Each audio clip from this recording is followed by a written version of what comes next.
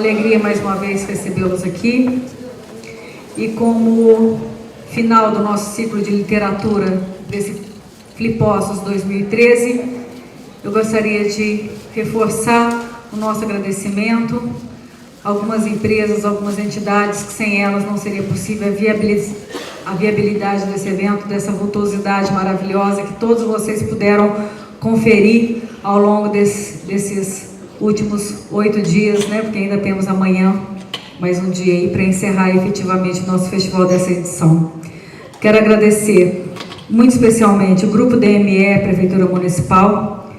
Pela primeira vez, nós tivemos a participação da mineração Curimbaba, dos Correios, da EPTV, através da Lei Rouanet, além da Petrobras, que já é a nossa patrocinadora já há 6 anos, felizmente, desse evento, e também os apoios importantes da Cerâmica Tony, da Votorantim Metais, da Auto Ônibus Circulare, da Molinari Cristais.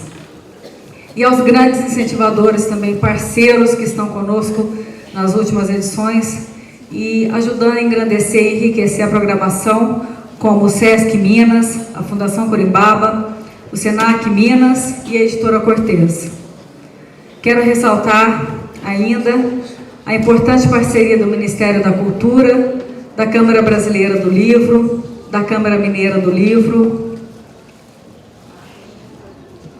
da Fundação Biblioteca Nacional, do Instituto ProLivro, do Circuito Nacional de Feiras do Brasil, Feiras de Livro do Brasil, Associação Nacional das Livrarias, a Bienal Internacional do Livro de São Paulo, cujo evento, inclusive, eu fui convidada para fazer parte da comissão organizadora, o que muito me honra, Secretarias de Turismo, Educação e Divisão de Cultura daqui do nosso município, ao Poços Convention Visitors Bureau, ao Departamento Municipal de Água e às Águas Poços de Caldas.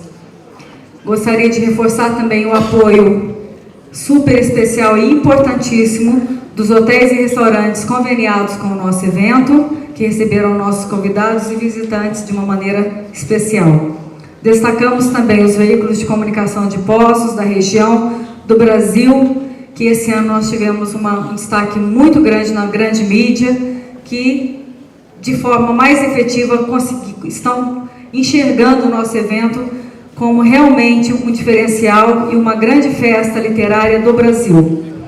Lembrando que nós tivemos o prazer de ser veiculado nacionalmente ontem, não só o Flipossos, mas a cidade de Poços de Caldas, no Globo News Literatura, que deu uma matéria especial sobre o nosso evento, retratando a cidade, retratando o nosso festival, e isso realmente foi muito honroso, muito valioso para a sequência dessa nossa trajetória tão apaixonante, mas tão árdua, que é realizar um evento como esse aqui.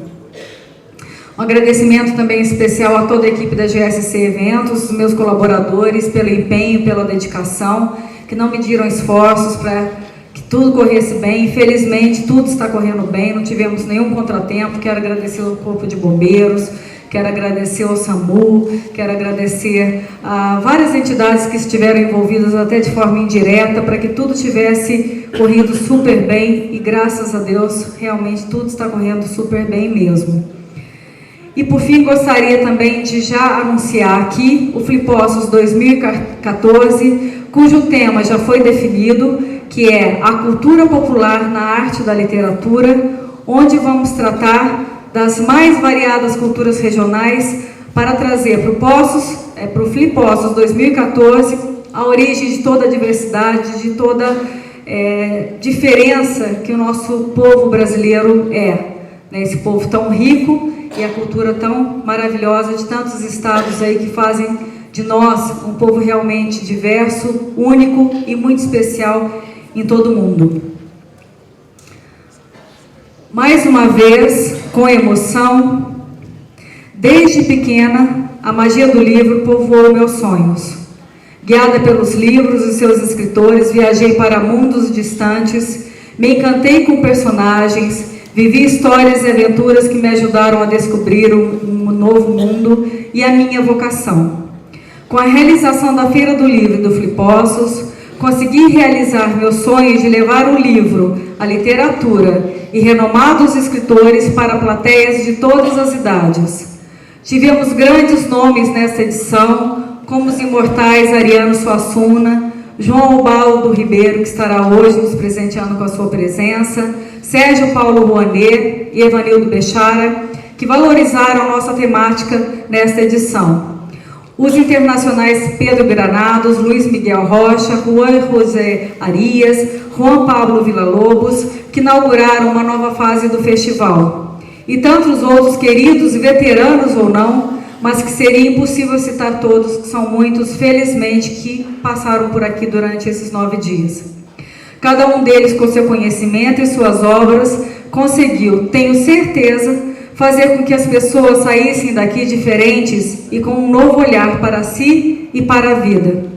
Agradeço com muita emoção a todos os que nos encantaram e nos seduziram durante mais de uma semana neste palco e nos outros espaços desses eventos. Dá um trabalho imenso pensar, organizar e coordenar tudo isso, mas é um trabalho realizado com paixão e é sempre a paixão que move as transformações verdadeiras. Faço um agradecimento especial ao nosso co-curador Rodrigo Falcone e a todos da minha equipe que contribuíram com muito profissionalismo para o sucesso deste Flippostos 2013. Assim como eu, sei que todos estão cansados, mas com uma enorme vontade de começar logo a pensar, e já estamos pensando, a próxima edição com o mesmo carinho, entusiasmo e amor de sempre. Obrigado a vocês que nos acompanharam e até 2014 quero estar com todos vocês novamente nessa plateia. Muito obrigada.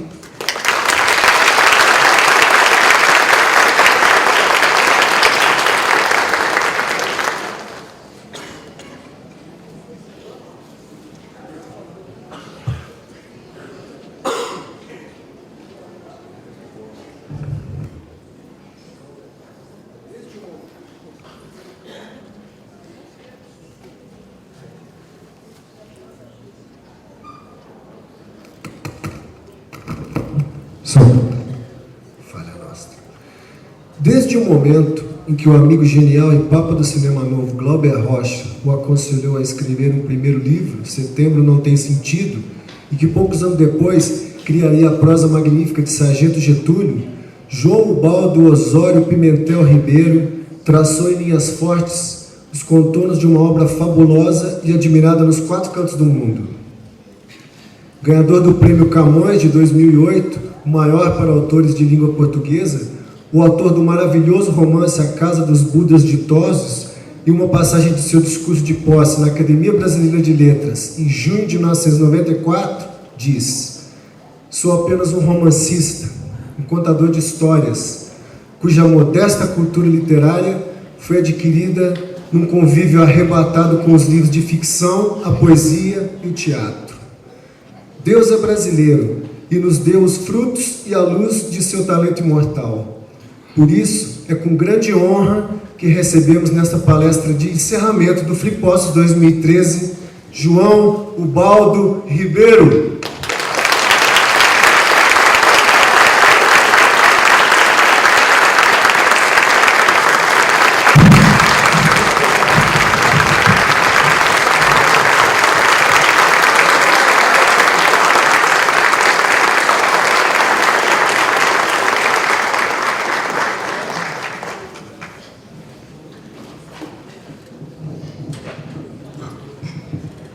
Bem, eu não. Boa noite, muito obrigado pela presença de vocês todos. É uma alegria vê-los. Eu hoje, infelizmente, não estou num dos meus melhores dias, porque fui atacado por uma gripe remitente. Depois a viagem foi longa, eu passei 12 horas, parece brincadeira, mas passei 12 horas para chegar do Rio até aqui, o que não contribuiu não só para meu bom humor, como para meu bem-estar como físico. Mas passou tudo e eu espero que hoje eu tenha a oportunidade, pelo menos, de responder a algumas perguntas que reflitam curiosidade de vocês, ou interesse de vocês a respeito do meu trabalho, ou de alguma coisa que vocês pensam que eu conheça, saiba, ou possa informar a respeito delas. Não preparei nada. Em primeiro lugar, não me disseram que eu teria que ter um tema, talvez não seja necessário. E segundo, eu vim disposto a, basicamente, responder a perguntas, a isso que eu disse, a curiosidade ou ao interesse da plateia. Porque eu costumo dizer que sou escritor, mas não sou um homem de letras. Quando eu digo homem de letras, eu quero dizer aquela pessoa que se interessa por bate-papos literários, se interessa pelas novidades do ramo, isso se interessa pelo métier. Eu não tenho o mínimo interesse nisso. Eu costumo dizer que a companhia dos meus colegas escritores, a não ser dos meus amigos, costuma ser muito chata, e nisso eu incluo a mim mesmo. Eu acho escritor um bicho muito chato. Então, esse negócio de ficar conversando sobre o fazer literário, a escrita, não sei o quê, costumeiramente me entendia. Então, eu não sei fazer papos literários. Eu entrei para a Academia Brasileira de Letras porque sou escritor, ficcionista, romancista, escrevo ficção, mas não teorizo a respeito do fazer literário, a não ser quando isso se impõe pelo próprio fluir da conversa, que não pode acontecer hoje. Eu tenho somente a dizer como introdução é que não me considero uma pessoa diferente das demais, sou apenas um sujeito que tem algum jeito para escrever e que desenvolveu esse jeito. Porque se eu não tivesse batalhado em jornalismo e escrevendo desde praticamente que aprendi a escrever, aprendi a ler e escrever, hoje eu não teria nenhuma da pouca proficiência que eu tenho hoje para escrever. O escrever é um ato que requer, como tudo mais, porque o próprio Pelé, se tivesse nascido e nunca pegado uma bola, não ia saber jogar bola. Então, eu aprendi a jogar bola, jogando muita bola e treinando essa faculdade com que eu devo ter nascido, que é me dar bem com a palavra escrita. Eu espero agora que, se alguém quiser que eu fale sobre outra coisa, por favor, me peça. E eu espero que a plateia não demore muito, não que eu esteja com pressa, posso ficar aqui a noite toda, mas eu espero que a plateia não demore muito a dar partida, porque às vezes demora, porque eu abro assim a conversa a todos e ninguém fala nada. Eu espero que se fale alguma coisa, que se pergunte alguma coisa a mim, porque daí nós podemos conversar o tempo que for necessário.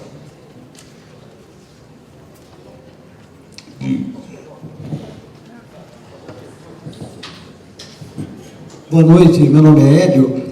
Eu vi algumas entrevistas do senhor, muito agradáveis, em vários veículos de comunicação, televisão, e, certa feita, o senhor disse que tem uma certa preguiça para escrever, que depois de tanto tempo fazendo, né, escrevendo, e cada vez mais o senhor tem condições de escrever coisas ainda melhores, né?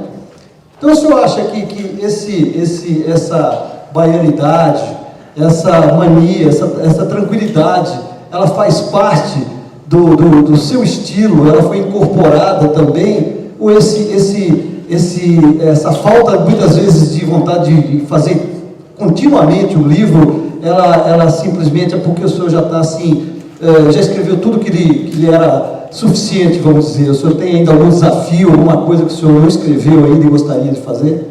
Rapaz, interessante que eu não me lembro dessa entrevista, porque dessa hora eu devia estar um dia que eu estivesse mentindo um pouquinho, ou querendo Porque eu não me lembro de ter. Eu não sou, nesse sentido, baiano, assim, né? Ou seja, eu não sou tranquilo. Pelo contrário, eu tenho um temperamento ansioso. Não sou uma figura plácida, tranquila. Pelo contrário, sou até nervoso sobre certas coisas. O que eu... Quer dizer, não estou dizendo que você está falseando a verdade, mas o que me ocorre que eu podia ter dito, porque eu não me lembro disso, é que escrever certas coisas por obrigação é que me deixa chateado. Chateado não é propriamente chateado, isso é exagero. Me deixa às vezes com vontade de não ter aquela obrigação. Porque escrever crônica, para mim, por exemplo, eu comecei a trabalhar em jornal sem saber que ia trabalhar em jornal. Foi meu pai, que eu morava com ele na ocasião, tinha 17 anos, e meu pai simplesmente mandou que eu trocasse a roupa, me vestisse para sair, e me levou à redação de um jornal para eu trabalhar. Ele não tinha me consultado sobre isso nem nada. E eu fiquei trabalhando em jornal. Cerca de um ano depois que eu já tinha sido foca no jornal, já tinha feito meu aprendizado, porque naquela época não havia escola de jornalismo, a gente aprendia como no quartel de fuzileiro, não aprendia na raça. E depois desse período, eu sempre escrevi razoavelmente, embora nunca tivesse escrito na máquina antes. Naquele tempo não tinha computador, claro. Então eu me habituei a escrever a máquina e fui subindo na redação. Nomearam outras coisas e tal. E eu era muito mau repórter, porque eu era tímido e enfim, não tinha vocação para repórter. Mas para redator, desculpa, é a gripe. Para redator, eu tinha algum jeito. Então, fiquei por ali até que um dia um chefe meu, todo mundo era meu chefe na redação, um dos meus muitos chefes me chamou e me disse para escrever uma crônica. E eu perguntei, eu me estranhei, mas crônica, não sei e tal. Ele respondeu, se não me engano, 42 linhas, uma coisa dessas, 42 linhas, fecho daqui a 2 horas. Eu não sabia o que fazer, morto de medo de ser alguma coisa que rendesse alguma queixa a meu pai, porque meu pai ainda vigiava atentamente minha carreira naquilo que eu tinha escolhido para meu primeiro emprego, e eu escrevi essa crônica. Isso, considerando que eu tenho 72, deve ter mais de 50 anos. E durante esse tempo eu cheguei a escrever. Hoje parece mentira, mas eu tenho documentação, quer dizer, não tenho em casa, mas deve estar nos arquivos lá na Bahia, inclusive com pseudônimos que eu usei. Houve um tempo breve, mas houve um tempo que eu escrevia 2 ou 3 por dia, de vários tamanhos. Uma era pequenininha, outra não era uma crônica, como eu faço hoje, mas eram 2 ou 3, e mais uma mensal não, semanal, para o suplemento literário. Isso significa que eu já devo ter escrito a mesma crônica, eu digo a mesma, com as mesmas vírgulas, com tudo igual, pelo menos umas 3 vezes eu já devo ter escrito, porque não há jeito de saber. Hoje, com o computador, às vezes eu sei, eu tenho arquivado o computador, arquivados uns 12 ou 15 anos de crônicas, de lá para cá eu tenho guardado. Então eu vou na pesquisa do meu arquivo de crônicas, eu acho que inventei uma gracinha qualquer para fazer em relação a domingo de carnaval, ou seja lá que assunto apareça no dia da crônica, e aí imagino uma piada, uma brincadeira, uma frase, e aí vou na pesquisa e está lá, essa frase foi usada umas 3 vezes por dia. E, infelizmente, eu não me valho desse recurso e consigo, pelo menos, evitar uma repetição excessiva. Então, às vezes, e crônica, como, aliás, de certa forma, tudo mais, na mente de quem faz, pelo menos, tem duas ou três, não sei, mas algumas poucas chaves. Ou seja, eu costumo dizer à minha mulher, quando estou me sentindo assim, que não aguento mais minhas gracinhas, eu não aguento mais. Eu digo, não aguento mais essas gracinhas, porque existe um mecanismo que o sujeito usa e faz. Para quem lê, ainda mais um leitor comum, de modo geral, está querendo ler. Uma coisa que ele está acostumado a ler no jornal. Não está querendo meditar sobre coisa nenhuma, nem sobre escrita, enfim. O leitor que está consumindo o jornal provavelmente não nota isso, mas quem faz, nota. E aí me dá essa preguiça enorme de enfrentar. Eu já sei como é que a crônica vai se desenrolar, já sei como é que vem o fiozinho, já sei direito, já me lembro de várias ocasiões em que eu quebrei o diálogo daquela forma e assim por diante. Mas é a vida, eu vou fazer, podia ser pior. Antes, gostaria de te perguntar, João, a gente conversou ali fora, aqui, ó, a respeito da sua amizade com o Glauber Rocha e o tal do incentivo à criação da sua primeira obra, Setembro Não Tem Sentido. Bom, você fala assim, por exemplo, assim, incentiva a minha obra de Glauber, mas talvez você esteja vendo, pelo menos Glauber, se não a mim, pelo menos Glauber, como uma figura já de destaque no mundo artístico, já um grande cineasta, reconhecido no mundo todo, mas não é verdade, para mim, nessa época. Glauber foi meu contemporâneo de curso clássico, do curso de colégio, antigamente, em 56, 57, 58, por aí, 59 no máximo. E meu amigo, tínhamos meu grande amigo, nós tínhamos, éramos da mesma turma de gente que matava a aula, ia fazer papos intelectuais na porta da livraria, e ele não me incentivou nesse sentido, vá lá. Era companheiro, ele queria fazer cinema e eu queria fazer literatura. Ele também, nessa época, escrevia, chegou a publicar alguns contos, ele publicou um conto da primeira antologia em que eu saí. E depois, quando eu escrevi meu primeiro romance, que eu comecei com uns 19 anos, 18 anos, eu não sei, com cerca de 22 ou 23 anos, eu tinha acabado esse romance, mas eu, bobo que eu era na ocasião, eu continuo até hoje, quanto mais nessa época, eu, bobão, achava a coisa mais normal do mundo que eu publicasse, que eu escrevesse meu livro lá em Salvador, que é pequenininha na época, e esse livro fosse publicado. Eu não achava que tinha problema nenhum, eu achava normal.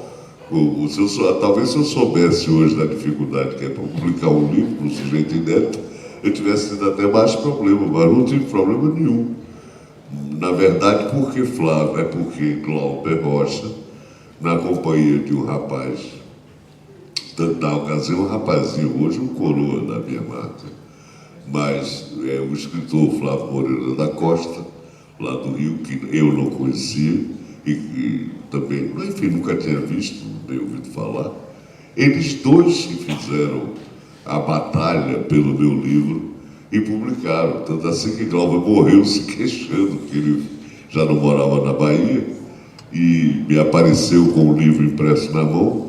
E eu não dei muita importância, porque eu dei mais importância ao fato dele estar na Bahia. Eu queria bater papo com ele, nem olhei direito o livro.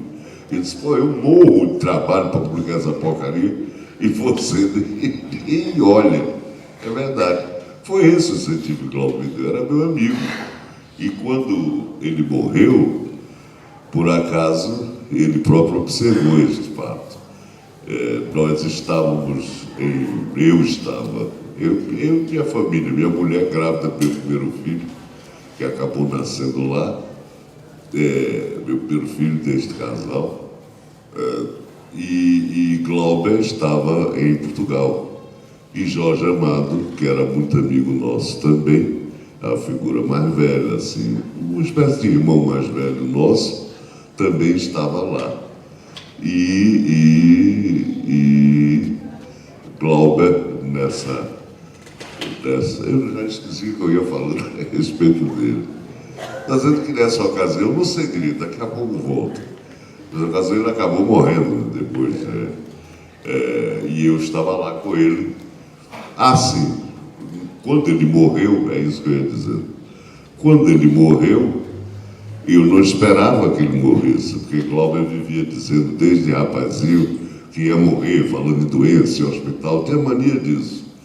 Então lá em Portugal ele fazia a mesma coisa, vou morrer, estou com isso, estou com aquilo. Ninguém ligava, os amigos não ligavam mais, era um número que Glauber fazia nas conversas. Mas só que dessa vez não era, ele morreu. Mas quando ele tomou o avião, ainda vivo, embora hoje se sabe, já moribundo, ele tomou o avião para o Brasil, minha casa era perto do aeroporto. Eu me lembro que eu fiquei olhando os aviões saindo, passavam, sempre sobrevoavam o edifício, eu olhando para ele, aí me lembro que eu achei que aquele era o avião que levava Glauber e que ele estava sendo trazido ao Brasil para ser salvo da doença dele. Não foi assim que um dia depois ele morreu. Mas aí foi que eu senti, sozinho, só com minha mulher, mas sem outros amigos, alguns amigos portugueses, mas eram amigos, digamos, recentes. O próprio Jorge, que estava lá, mas não estava comigo o tempo todo. Eu me lembro que eu senti um enorme vazio. Eu saí andando por Lisboa, meio desarvorado, não de mágoa e tristeza, porque meu grande amigo tinha morrido tão moço. Isso, claro, que eu senti. Mas eu senti também a ausência. Eu nunca tinha notado isso dessa forma. Claro, não podia notar e estava vivo. Mas eu senti a ausência do interlocutor. Eu notei que eu escrevia para Glauber, ou seja, para mostrar a Glauber. A gente era tão amigo que eu me lembro que ele fazia uma encenação, ele voltava lá de algo que eu fiquei morando na Bahia até muito tempo e ele saiu logo para o mundo. Eu me lembro que Glauber vinha à Bahia, ia lá para casa imediatamente e aí perguntava o que era que tinha para ler. Eu quero ler, não sei o que, mandava eu calar a boca, que ele estava lendo um grande texto, não sei o quê. E eu me lembro disso, que eu, quando escrevia, e se Glauber fazia alguma restrição, aquilo estragava um pouco o que eu tinha escrito. E se ele aprovava, eu tinha a sensação de que todo mundo podia dizer que não prestava, mas se Glauber gostou, devia estar bom.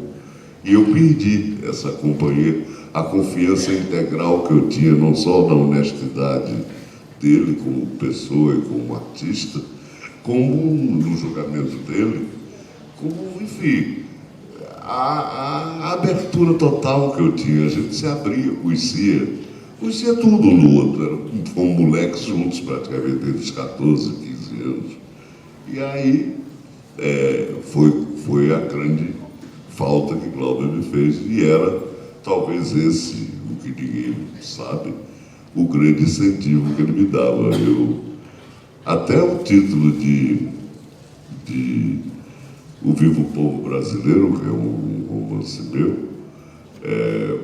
eu mudei por causa de Glauber. Não foi porque ele tenha dito que o título era... Não foi porque ele, digamos, discordou do título, mas foi mais ou menos. Eu estava ainda em Portugal, não tinha escrito uma só linha do livro. Estava pensando em fazer esse livro. E aí disse a ele o título que eu tinha em mente. Ele não gostou muito, não disse nada que estava ruim e tal, mas não se entusiasmou como de hábito quando via minhas coisas assim. E eu não disse nada, também nem me lembro o que é que eu senti na ocasião, mas quando eu cheguei de volta ao Brasil, que fui pegar no livro para escrever, o título já não me servia, porque o título tinha sido impugnado por Glauber, digamos assim. Embora eu não tivesse dito que não põe esse título, ou não use isso, mas não gostou, torceu um pouco o nariz. E aí saiu, não me lembro como, eu nunca sei isso, porque eu começo pelo título. Eu botei o título e fui escrevendo o livro, e o título já saiu, Viva o Povo Brasileiro, e esse, Glauber, nunca viu. Boa noite. É porque eu ouço o som aqui, fico pensando que é alguém atrás.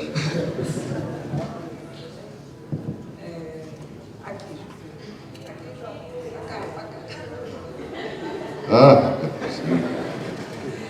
João, quanto tem do menino João no ficcionista João Paulo? Eu não sei, menino, eu não me sinto absolutamente menino, me sinto extremamente velho, na realidade. Cada dia mais. Do menino não foi. Não, eu não vejo nada dele, não. Nem sequer o ato de escrever para mim, nem sequer é como é para alguns escritores, eu imagino, que se divertem escrevendo, enfim, que gostam, né? Eu gosto de escrever, não é que eu me force para escrever, mas não é um processo assim divertido, não é um passeio, não é uma brincadeira. Eu não sei o que é que tem do menino João. Espero que tenha alguma coisa, chega de velho, mas não sei o que é que tem de menino em mim, não tenho. Eu não tenho o olhar ingênuo de uma criança, nem tenho. Enfim, não me compara em nada a uma criança. Você acha que o menino morreu mesmo já há bastante tempo.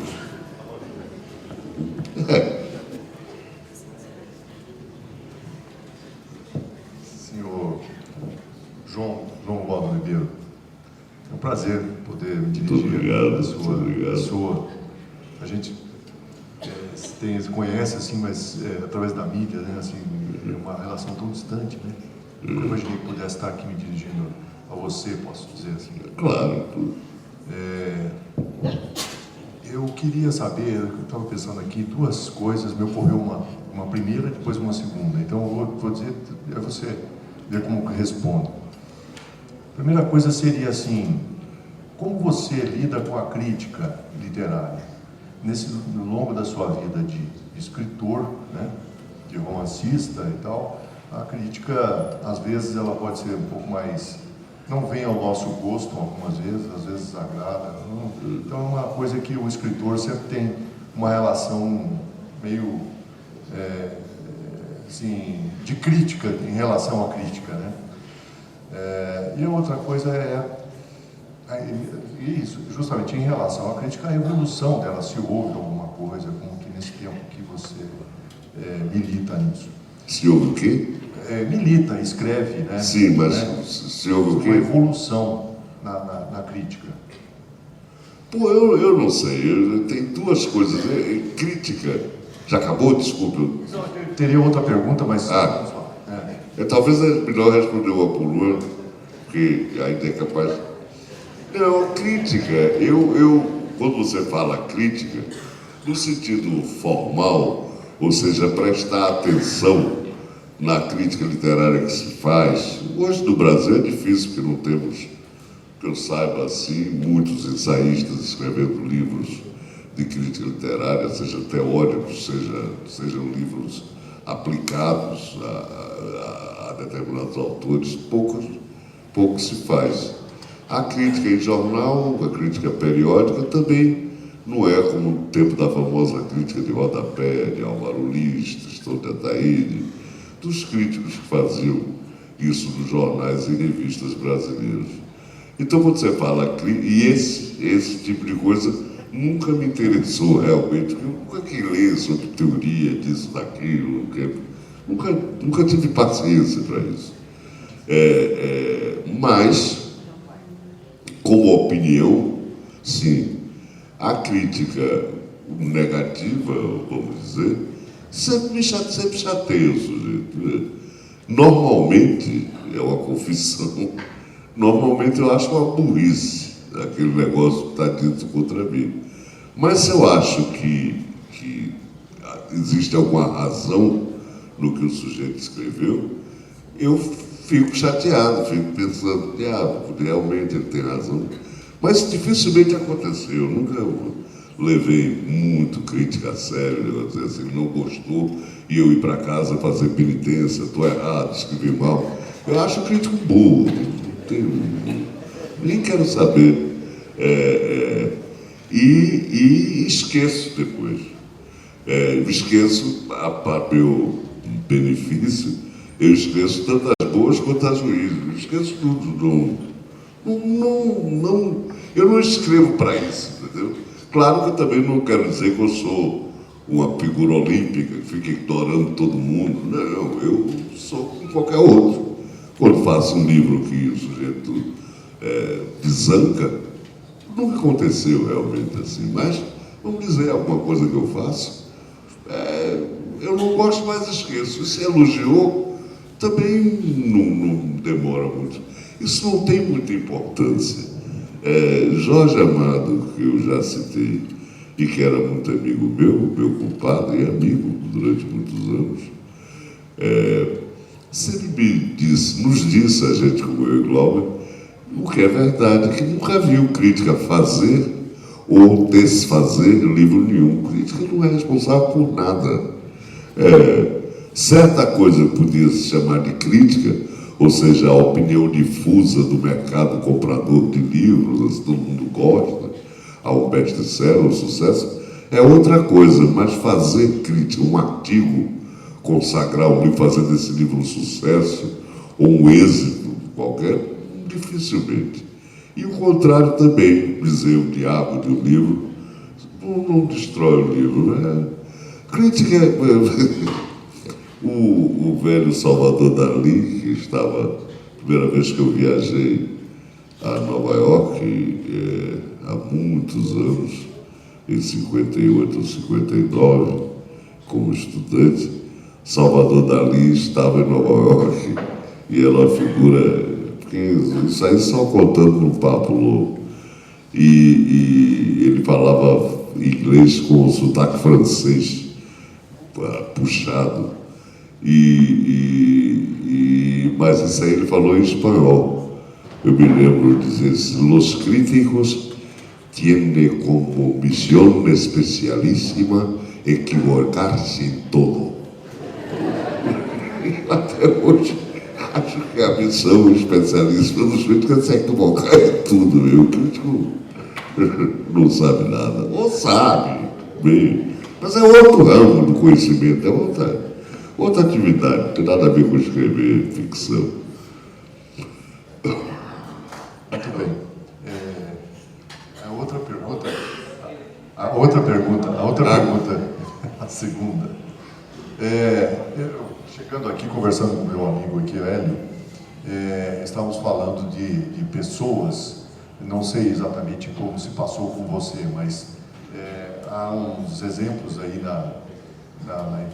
entre os intelectuais brasileiros que surgiram de uma origem humilde e que muitas vezes, sem muita condição econômica, tinham no estudo religioso, nos seminários que eram mais difundidos, uma alternativa ou mesmo uma saída para adquirir cultura, e daí alguns realmente se puderam fazer esses expressivos e tal. A gente estava falando aqui do jornalista, o Neri, né? Sebastião Neri, que veio também por esse caminho, né? O que você tem, conhece alguma coisa a respeito disso? O que você tem a dizer sobre isso? De que? Do seminário? Não, de pessoas que usaram desses meios, né, humildes e que cresceram no meio literário. Não me lembro assim, no meu caso, certamente não é. Eu seria muito demagogo de minha parte dizer que eu tive origem humilde, tive que lutar, não sei, que eu tive uma história bonita de heroísmo. Não, eu sempre tive a vida mansa, tranquila. Uma casa de classe média, vamos dizer classe média alta. Meu pai era um homem influente, enfim, sempre teve posições de prestígio. E eu nunca tive problema nenhum nessa área. Quanto aos outros, eu acho que, como se dizia antigamente muito da Bahia, não influi nem contribui. O sujeito pode nascer ou não nascer, se ele tiver que fazer, ele faz. A única coisa em relação ao seminário e, de certa maneira, ao Exército, é, digamos, a reprodução do que, digamos, simbolicamente está em Nebuchadnezzar no Vermelho e Negro de Stendhal, porque se vê na alusão ao Vermelho e Negro os caminhos para a ascensão social, ou seja, o clero, o sacerdócio, o serviço à igreja ou o serviço aos militares. Isso, de certa maneira, aconteceu em áreas do Brasil, por exemplo, no Nordeste. Não é à toa que, talvez eu esteja forçando um pouco, mas não estarei muito, que Alagoas é conhecida como a terra dos marechais. Por que de Alagoas, um estado até hoje pobre? Porque o exército era visto, né, nas áreas mais pobres, das famílias dignas, porém pobres, ou pobres, porém dignas. Eu agora faço um parêntese. Na realidade, a linguagem reflete os preconceitos da gente. Pobre, até hoje, é uma ofensa. Se você dissesse pobre e honesto, você diria que não é uma ofensa, mas é um defeito. Pobre, mas honesto. Pobre, porém honesto. Ou seja, você até pobre porque ser desonesto também. Mas é pobre, porém honesto. Então, essa via da ascensão social pode ter valido a alguns, não só escritores, mas intelectuais de modo geral, podem se recorrido a essa via de ascensão social, porque era um caminho mais ou menos seguro para o jovem pobre, ou não inteiramente pobre. Não sei se eu esqueci de responder alguma coisa. Boa noite. Eles vão lançar aqui, desculpa, eu vou lançar aquele negócio da vontade.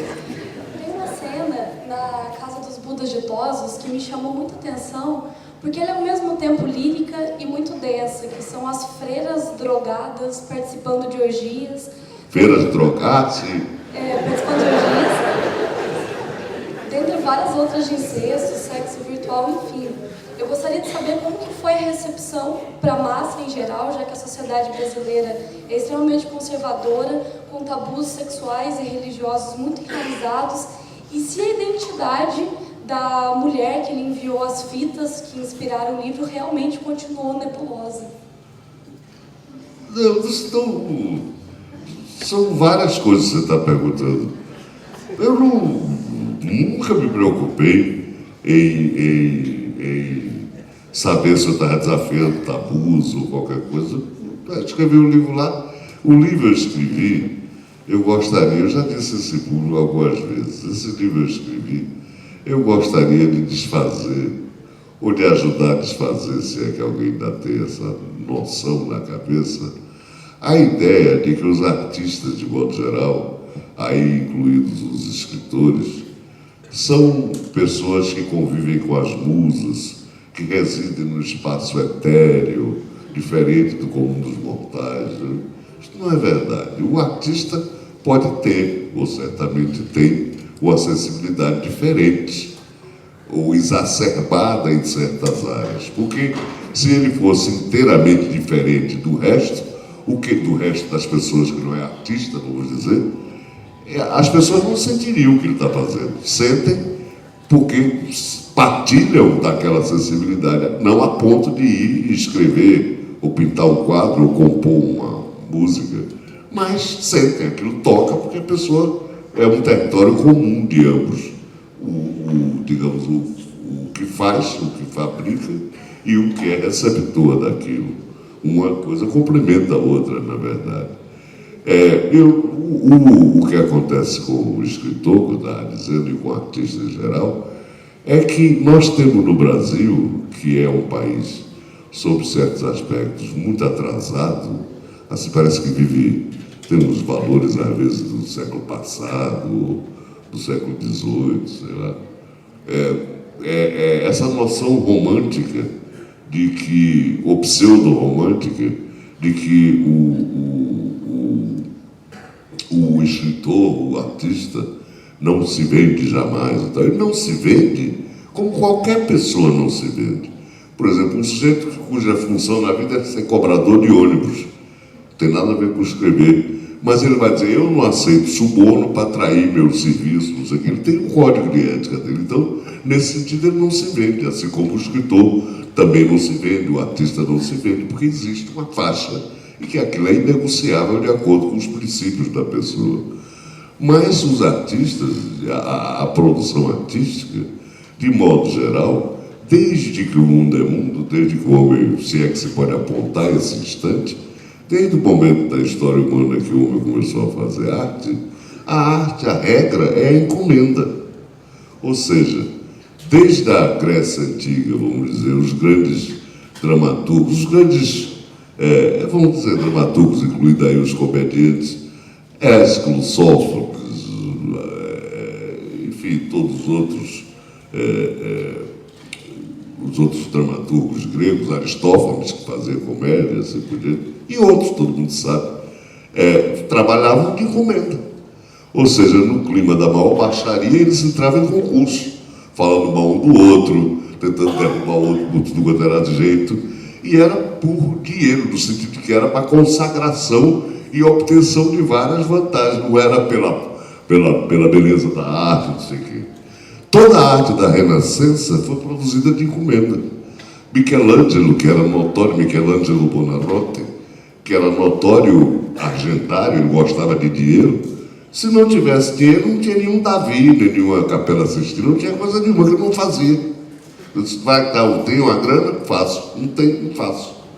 E isso, toda a pintura da Renascença foi feita assim, Rembrandt, sei lá, todo mundo, até na corte, eu estava vendo outro dia um filme, na corte de Henrique VIII, um pintor tão conhecido, meu Deus, um retratista, já não sei se agora fugiu da cabeça. Mas você pode citar, a exceção é quem não trabalhava de encomenda. Isso vai para a arte, vai para a música. Bach, por exemplo. Bach é um gênio indescritível. Aí você poderia dizer que a música existe antes e depois de Bach. Não havia exemplo de maior puxa-saco e interesseiro do que Bach. Compôs, por exemplo, 6 concursos, 6 famosos concertos, são 6 concertos de Brandeburgo, são 6 peças universais. Ele compôs para puxar o saco do Margrave de Brandeburgo, que parece nunca escutou nenhum dos 6, nunca deu importância àquele negócio. Mozart era empregado da cozinha imperial, cozinha no sentido mais amplo, da cozinha de Francisco José, imperador da Áustria, ou seja, imperador de grande parte da Europa nessa época. E Mozart, que estava ali, não vivia na corte respirando o perfume das musas, ele vivia recebendo tipo de chamado de Sua Majestade. Ô, seu Wolfgang, sábado eu tenho com visita aqui, a duquesa não sei o que vem me aprender, então eu queria um concerto alegre, hein? E não queria nada dessas coisas que tá rindo, não quero repetição, aquele outro. E era assim que Mozart trabalhava. Não era indo para casa tendo sofrimentos, não, era para garantir o dele. Então, com isso, se você precisar que eu fale mais, eu vou até falar sobre isso. Com isso, eu espero que você entenda perfeitamente quando eu lhe disser que a inspiração para os Budas Ditosos foi um cheque. Verdade. Apenas não se diz isso. Mas Alfredo Gonçalves, que era editor, um dos editores, alto funcionário, seu equivalente ao executivo de uma empresa comum, Alfredo Gonçalves, me telefonou. Minha editora, na época, era a Nova Fronteira, não era hoje a Alfaguara Objetivo. Mas eu não tinha exclusividade com a Nova Fronteira. Eu estava em casa, conhecia bem o Alfredo, que trabalhou na Nova Fronteira, e Alfredo me disse, olha, Aldo, nós estamos aqui com a coleção, e contou sobre a coleção Prêmios Pecados, e pensamos em você. Você queria participar? Eu digo, como é esse negócio? Ele fez, são os pecados, você escolhe um pecado aí e faz. Aí eu disse, nós pensamos, ele disse assim, nós pensamos em você para preguiça. Eu não não estava nem levando isso a sério, porque todo dia tem um telefonema desse aqui no Brasil. Vou fazer um filme do seu livro, vou não sei o quê, vou não sei o quê, e nada prospera. Então eu pensei que talvez, provavelmente, era um desses telefonemas. Eu até falei brincadeira, eu disse, olha, preguiça não, só porque eu sou baiano, tá? Não faço preguiça não. Eu disse, então escolha um, tá tudo vago. Aí eu disse, aí bota luxúria, porque eu nem sabia os pecados todos de cor. Talvez eu nem saiba hoje, tem que fazer um esforço. Quais são? Aí veio na cabeça a luxúria, não passou da cabeça, não pensei mais no assunto. Aí aí, passados alguns dias, chegou lá em casa um contrato direitinho, bom, e um cheque bonzinho mesmo. Aí eu endossei o cheque, botei na minha conta para não me arrepender e fiquei pensando naquilo. Era uma tarefa. E eu, como pai de família, não ia deixar passar uma oportunidade de ganhar um dinheiro, botar um dinheirinho dentro de casa. E meu problema, como foi, nesse caso eu faço questão de botar em meu companheiro, como foi o problema de Balzac, foi o problema de Sir Walter Scott, foi o problema de Dickens, foi o problema de todo mundo sobreviver. Então, o de Dostoiévski, eu fui me dedicar. Aí fiquei pensando. E aí um belo dia sentei lá e escrevi, pronto. Não pensei em desafiar tabus, nem coisa nenhuma. E tanto não desafiei tanto tabu assim, que ninguém estranhou tivesse freira cheirando cocaína no livro, porque tem freira que cheira cocaína. Não é absurdo, eu não estou denunciando freiras que cheiram cocaína, longe de mim. Mas tem freira que cheira cocaína. Assim como tem padre que faz tudo quanto é estripulia. Aí eu botei. Ali, João, Aqui, à ó. esquerda, à direita ali. Aqui. Aqui. Levanta aqui. Aqui. Fica de pé, por favor. Dá pra ver? Tô. Beleza. Ó, no seu livro, O Albatroz Azul, tem todo um... Estou falando sobre morte, né? Sobre a morte, sobre o nascimento do neto, do personagem principal. Sim. Né? E sobre a alegria dele de repente saber que vai morrer, fica muito alegre. Eu queria saber qual é a sua relação com a morte, entendeu? Se é aquela mesma relação positiva de que tem uma vida te esperando após a morte. Isso é coisa de literatura. Você fica muito triste com isso ou é uma atitude positiva você tem? Não, eu tenho a atitude que todo mundo tem, normalmente, a respeito da morte.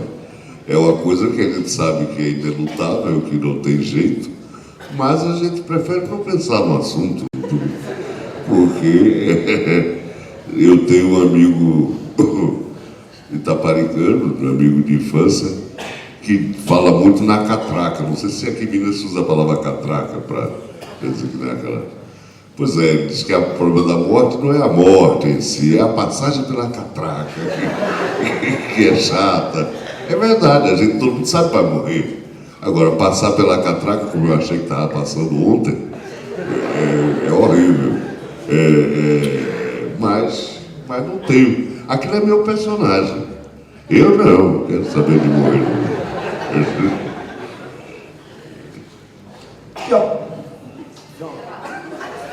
Tô vendo? Bom, você escreveu muitos livros, muitos textos literários e tal. Tem algum que você acha mais importante, que mais marcou a sua carreira e qual foi a sua inspiração para esse tipo de obra? Bom, não, o mais importante para mim não teve nenhum, não. O livro mais importante é o que eu estou fazendo. Geralmente é aquele que eu estou empenhado. Não, mas eu sei que alguns são livros de muito maior repercussão, maior êxito que os demais.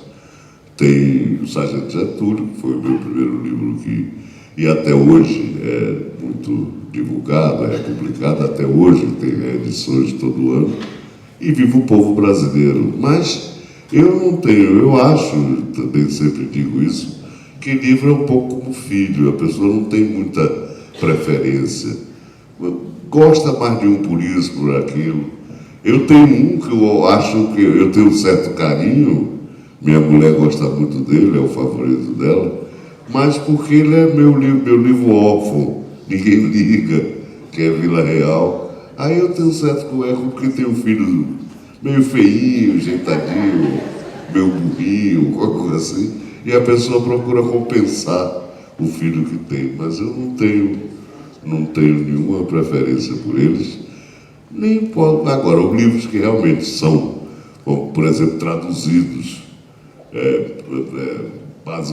basicamente não, tudo é traduzido, mas tudo ou quase tudo que eu escrevi é traduzido, mas dos bem traduzidos, largamente traduzidos, são Sargento Getúlio e Viva o Povo Brasileiro, que eu traduzi ambos para o inglês, e com isso gerei, porque são 2 livros difíceis de traduzir, e com isso eu gerei uma espécie de vulgata, ou seja, um texto no qual os tradutores de outras línguas iam consultar para poder facilitar o trabalho de tradução para a língua deles, lá qual fosse ela, sueco ou qualquer coisa assim. Eles se valeram muito da tradução inglesa que eu fiz, porque notadamente Sargento Getúlio era um livro muito difícil. É difícil até para brasileiro entender, quanto mais para um estrangeiro. Mas não tenho nenhum carinho especial por nenhum, não.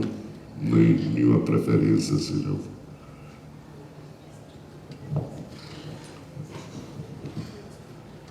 Olá, João Baldo.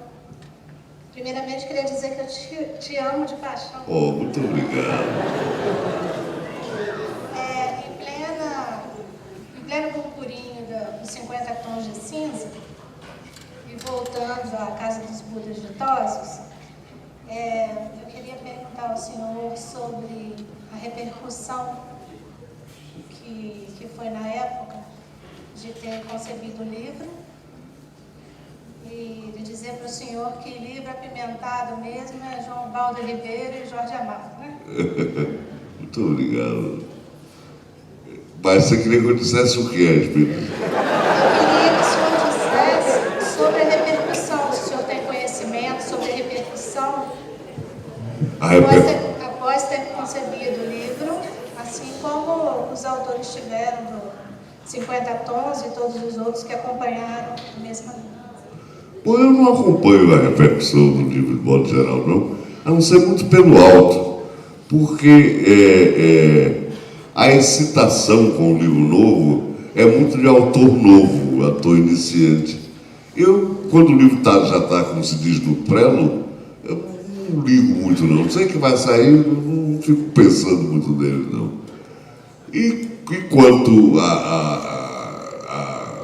à repercussão do livro, eu fico telefonando com o editor, às vezes. Esse negócio está aí, está indo bem, não sei o quê, mas não fico seguindo, não. Eu fiz os Budas Ditosos esperando sempre as mesmas coisas serem ditas.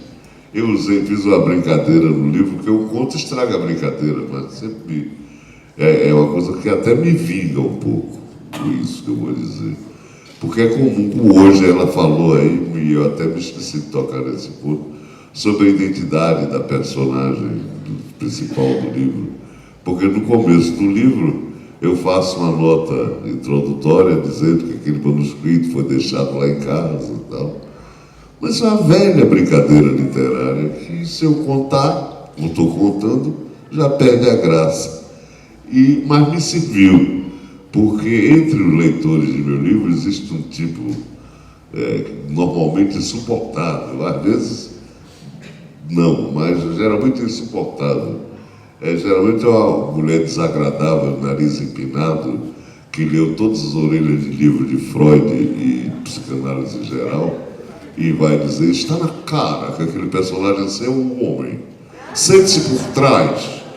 Minha vingança é que o número de mulheres como hoje, que no Brasil inteiro me pergunta se ela existe, não sei o quê, mostra que as mulheres leram e ficaram na dúvida se era uma mulher ou não.